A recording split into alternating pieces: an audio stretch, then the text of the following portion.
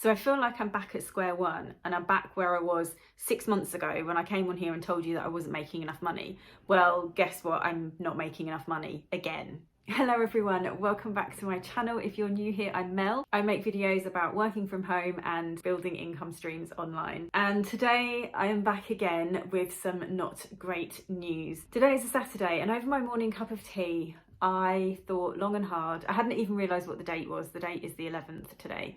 And I thought long and hard about this month so far, checked in on my money yet again, checked in on my stats on eBay and Etsy and various places. It really drove home to me the fact that I am not making enough money this month. Every single income stream that I have has taken a considerable nosedive. I'll try and put my eBay screenshot on here for you to have a look at, because that's pretty bad. My KDP income is down, although what's good, it's not good, but the only sort of okay part of that is that what I earn this month will be what's paid out in 2 months' time, and actually what I receive this month will be what I earned 2 months ago, which was a reasonable amount. So that will be coming in this month, and that's good. However, it's that the trajectory is going in the wrong direction. It is going down instead of up, and I feel like I'm back where I started when I came on here a while ago talking about just not making enough money online. And because everything is still so heavily weighted towards my reselling income, because that is the one that's taken the biggest nosedive of all, it means that overall my income is just so low. It's so down on where it needs to be, because I haven't built anything up enough to compensate for it. Now, I don't want this video to be going into the kind of, why that is and, what's been going on and stuff. You will have picked up on quite a lot of that over previous vlogs that I put out on this channel, where I talk a little bit more about slightly more personal things and, just stuff that's been going on in my life. But actually, it's more than that. I'm simply not putting the work in, and I'm not putting the hours in, and I'm not getting anywhere fast with the things that I am doing. So when they take a knock, it still really notices. What I want this video to be about though is me figuring out, what am I going to do? I've got 2 weeks left basically. I kind of, in terms of like working days or days that I can work, because I have got some family commitments this month that are taking up some of my days, quite a few days actually. Again, that's something that I'm going to have to look at moving forward, is where I'm trying to fit everybody in and so on and so forth, which we all do, because, well, I love my family and I love my friends. However, when you're self-employed, you're not getting any paid holiday, and I'm not over earning enough to set money aside to essentially give myself paid holiday. I can't afford to carry on giving up as much of my time to other people as I have done, probably again over the last several years, but over the last 6 months. And when I think back to when I was teaching full time and how little time I had, although one of my many reasons for quitting that was wanting to have time back to spend with people, I look back and I think, well, actually I still maintained good relations with everybody, even though I wasn't seeing people as often as I am now. So I should be able to find a happy medium between those two things. So yes, I have got some commitments this month. I can't change them, but moving forward, I will be really thinking hard about the time that I have to give to other people, even if I just rein it in for a couple of months or something like that. But yeah, so I have 14 days of like working days left for this month. And what I really wanted to focus on is, what am I going to do in that time? So as I've just mentioned, there's no point, no, that's the wrong expression. Let me say, even if I spend 2 weeks going full throttle at something like KDP, the income from that doesn't come in for 2 months' time. And what we're talking about is me really needing to get some money in this month. Though I will just take a moment, again, if you are new to this channel or you perhaps don't watch all of the videos that I put out, which is absolutely fine, of course, there is nothing to worry about or panic about here. I have earned a lot of money in the past, and I live with my partner, so I have money put aside basically, and my partner works full-time and his income is secure and steady, and so there is money in the household.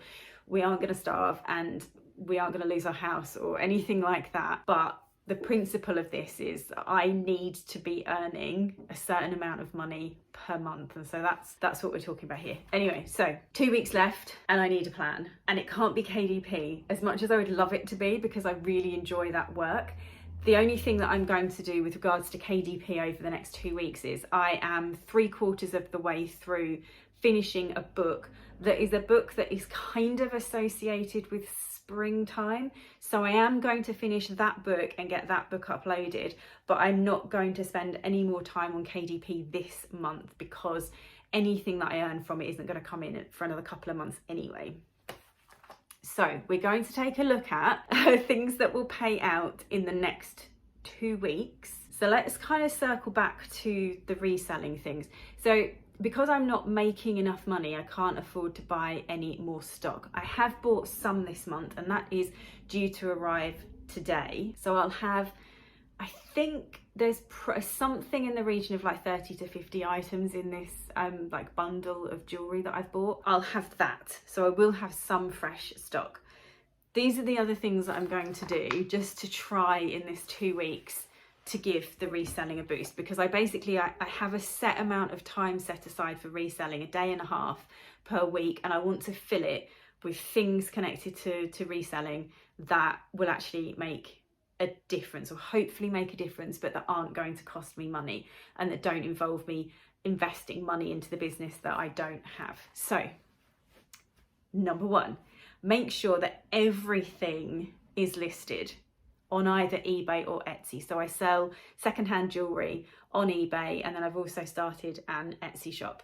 And I know that I have got quite a few bits of stock left to go on Etsy, so I need to make a real push at getting that done. And also I set up the eBay seller app, which is making adding photos to the listing a lot easier, and so the whole listing process has suddenly got a lot quicker, and it's not as quick and easy as eBay, but it's getting closer to that. So I'm going to go through, I have like set drawers that have my stock in, and I'm going to go through everything, make sure that everything is cleaned, that needs cleaning, that it's all photographed, and that it's all listed in the next 2 weeks. And connected to that is I also have in those stock drawers, I've got a box of broken jewellery, and everything's kind of piled in there, and I'm going to sort through that and hopefully get a few pieces repaired.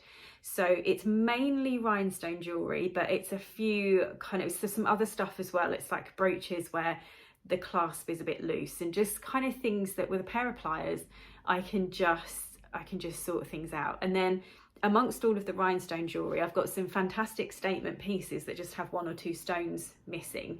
So I've kept those because they can be worth anything from like 20 to 50 pounds, depending on, you know, how stunning and how amazing they are. And I've also, in the same pot, got a load of quite plain rhinestone jewellery that I want to harvest the rhinestones from. And so what I thought I could do is obviously prioritise listing all the stock that's ready to go. But if I find that in that 1.5 days a week, or maybe even make it 2 days a week, if I find that actually I've done all of that and I'm kind of thinking, well, what else can I do in this time? I can start repairing that jewellery. So the brooches will sell all year round. The rhinestone jewellery is a bigger seller around Christmas time, but it could still be worth spending that time kind of repairing it and kind of getting those listings on. And the other thing that I'm probably going to do is to increase my promoted listings percentage, or run a sale, possibly both, although I think one or the other would be sufficient, just to see if I can give things a boost that way as well. And then finally, what I kind of do this semi-regularly, not as regularly as I should, but all of my jewellery is in boxes that are labelled kind of month by month. So what I tend to do is, as I approach a new month, so for example, no, do you know what, that's going to be really long-winded explaining that to you. Let me just put it a different way.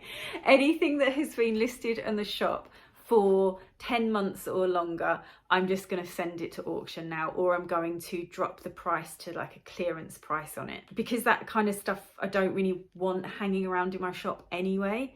And if I can get rid of it on auction, if I can, you know, get anything from like £4 to £10 for some of these items, then that's fantastic.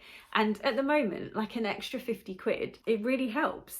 You know, even if I sold 50 things for £1 each, I mean, I know I wouldn't get 50 quid, but you know what I mean? Like the principle being that every little helps at the moment, because I have made some money this month, but it's just not going to be enough. And any little top up, even things like auctions that generate some sales and some momentum in the shop, all of that I think will just help. Now, the second thing, or the second income stream that I have that pays out sort of within a week of earning the money, are my Etsy shops. So I'm not talking about the Etsy shop that I sell the vintage jewellery on, but I have another couple of Etsy shops where I sell digital products. Kind of got both of them up and running, and both of them have had, I don't know, 2 or 3 sales. Like, they've both had their first sale. I think one of them's had maybe 4 or 5. Like they've had a little bit of something, but I've never really done anything with it. I've never built them up. I've stopped adding things to those shops. And I'm thinking, oh, do you know what? If I could get 10, 15, 20 pounds a week from those, that would really help me out this month. And I've got the shops on, so you can set your payout to, I think it's daily, weekly, or fortnightly, monthly, that kind of thing. And I think one of them's on daily payout and the other one's on weekly payout. So I will get the money from those sales this month, and that's what I really, really need. So I think in the time that I have that isn't allocated to the reselling, I think that time might be well spent on Etsy just for this month. I'm still going to finish off that one book on KDP. I'll still probably squeeze out another 1 or 2 YouTube videos, so I'm not kind of completely ignoring those other streams of income, because, you know, obviously if I contribute to those, then that will pay off in future months. But I need stuff right now. So that means I think those 2 Etsy shops, sitting down, I've got 14 days, probably 3 to 4 of those are going to be on things to do with reselling. So if we say 10 days, 10 solid days working on the Etsy digital download shops. And what I've said to myself, what I've written down on my little plan, my little checklist of things that I'm going to do in those 14 days, is I'd like to get both shops up to a minimum of 30 listings each. And I think at the moment they're on like 5 to 10 each. There's not a lot in them. So 30 is actually a lot to get to. Let's aim high. And do you know what? I figure like none of this is going to hurt. It's not going to hurt to walk away from this 14 days at the end of March and say to myself, okay, maybe I didn't quite make it in terms of the amount of money that I really wanted to get to this month. But hey, I've got these income streams here and they've got 30 listings in them. And even if those listings aren't selling, they're a good experiment. I can see if people are favoriting them, if people are showing any interest in them. I'm at least paying attention to these shops. I can do some research. I will walk away with 2 Etsy shops that are bigger than they were the previous fortnight or the previous month. So that's my plan. And some of you are probably screaming at the screen at the moment saying, oh, I wouldn't do that, I'd do this, or you should do that, and you should do whatever. And like, that's okay. I'm happy, always happy for people to express an opinion politely. There's nothing that's wrong with that at all. If you think that I'm going about it completely wrong, then you are more than welcome to find a polite and delicate way of saying that to me. However, this is what I am doing. I'm not going to waver from it, and I'm not going to change it, because one of my, are we going to call it a weakness? Should we call it a weakness? One of my traits is that I get very easily distracted, and I think I'm going to do one thing and then I go off and do another thing and then I do another thing. And so the way that I see this is, even if you think I'm doing the wrong thing, and even if I actually am doing the wrong thing, I'm just going to do a thing and I'm going to stick to it. I'm going to stick to the list that I have in front of me, which is pretty much the same as what I've just said to you. And this is what I'm going to do for 14 days. And I'm going to see if I can drive some sales into the income streams that will pay out this month in March, and just very gently maintain the ones that pay out at a later date. And then when we get to the end of March, I'm going to come back with hopefully some results. In fact, we will consider these my March goals, I think, even though I'm starting them partway into the month. And I will come back, I think, at the end of the month, and I'll let you know how I've got on, what's happened, and I will set some April goals. Because the other thing as well, and this is what I did last time, 6 months ago, whenever it was, might even be longer than 6 months ago, and I said that I wasn't earning enough money online. In my head, I'd set myself like 2 months to turn things around and to improve things, which I managed to do. Plus it was Q4, which always helps. And I'm going to say the same thing to myself now. I've got 2 months to sort this out. So I've got partway through May.